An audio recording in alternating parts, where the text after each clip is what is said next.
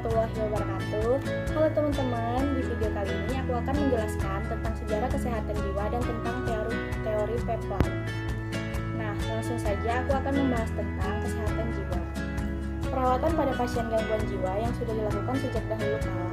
Asuhan yang diberikan sebelum abad ke-18 masih berupa penjagaan dengan kualitas asuhan yang sangat buruk. Pada akhir abad ke-19, perawat jiwa sudah merupakan sebuah profesi dan spesialisasi perawat jiwa telah diakui, dan pada akhir Perang Dunia II, pelayanan kesehatan terbesar yang diberikan terkait dengan masalah kesehatan jiwa dan peningkatan program terapi pada veteran perang. Terapi sikap pada tahun 1947 mulai diperkenalkan oleh Weiss, di mana perawat menggunakan sikap untuk perbaikan pasien dengan observasi, penerimaan, respek, pemahaman, perhatian, dan partisipasi pasien dalam realita. Pada tahun 1950, obat psikotropika untuk sakit mental mulai digunakan. Komunitas mulai diperkenalkan oleh Jones tahun 1953, di mana penggunaan lingkungan sosial mulai diperhatikan. Pasien sebagai partisipasi aktif dan dilibatkan dalam masalah harian masyarakat.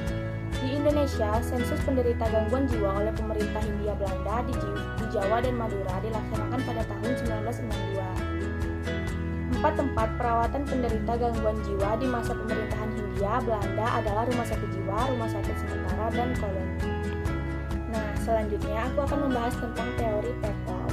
PEPLAU memasukkan pengetahuan ke dalam kerangka konseptualnya yang pada akhirnya berkembang menjadi model keperawatan berbasis teori.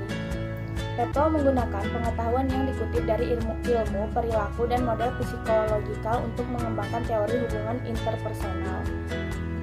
Kutipan dari model psikologikal menyatakan bahwa memungkinkan bagi perawat untuk saatnya berpindah dari orientasi terhadap penyakit ke salah satu bagian dari psikologi, perasaan, serta perilaku yang dapat dikeluarkan dan dimasukkan ke dalam intervensi keperawatan.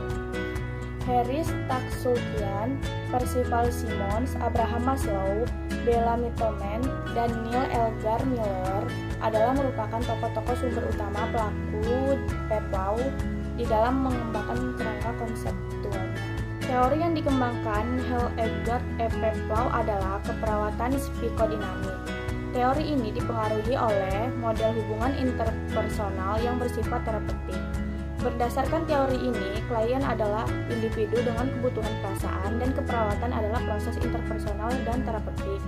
Tujuan keperawatan adalah untuk mendidik klien dan keluarga dan untuk membantu klien mencapai kematangan perkembangan kepribadian. Pada saat klien mencari bantuan, pertama perawat mendiskusikan masalah dan menjelaskan jenis pelayanan yang tersedia. Dari hubungan ini, klien mendapatkan keuntungan dengan memanfaatkan pelayanan yang tersedia untuk memenuhi kebutuhan, dan perawat membantu klien dalam hal menurunkan kecemasan yang berhubungan dengan masalah kesehatannya. Teori PEPLAU merupakan teori yang unik, di mana hubungan kolaborasi perawat dan klien membentuk suatu kekuatan mendewasakan melalui hubungan interpersonal yang efektif dalam membantu pemenuhan kebutuhan klien. Sedangkan kebutuhan dasar telah diatasi, kebutuhan yang baru mungkin muncul, di mana pasien berusaha untuk melepaskan rasa ketergantungan kepada tim medis dan menggunakan kemampuan yang dimilikinya agar mampu menjalankan secara mandiri.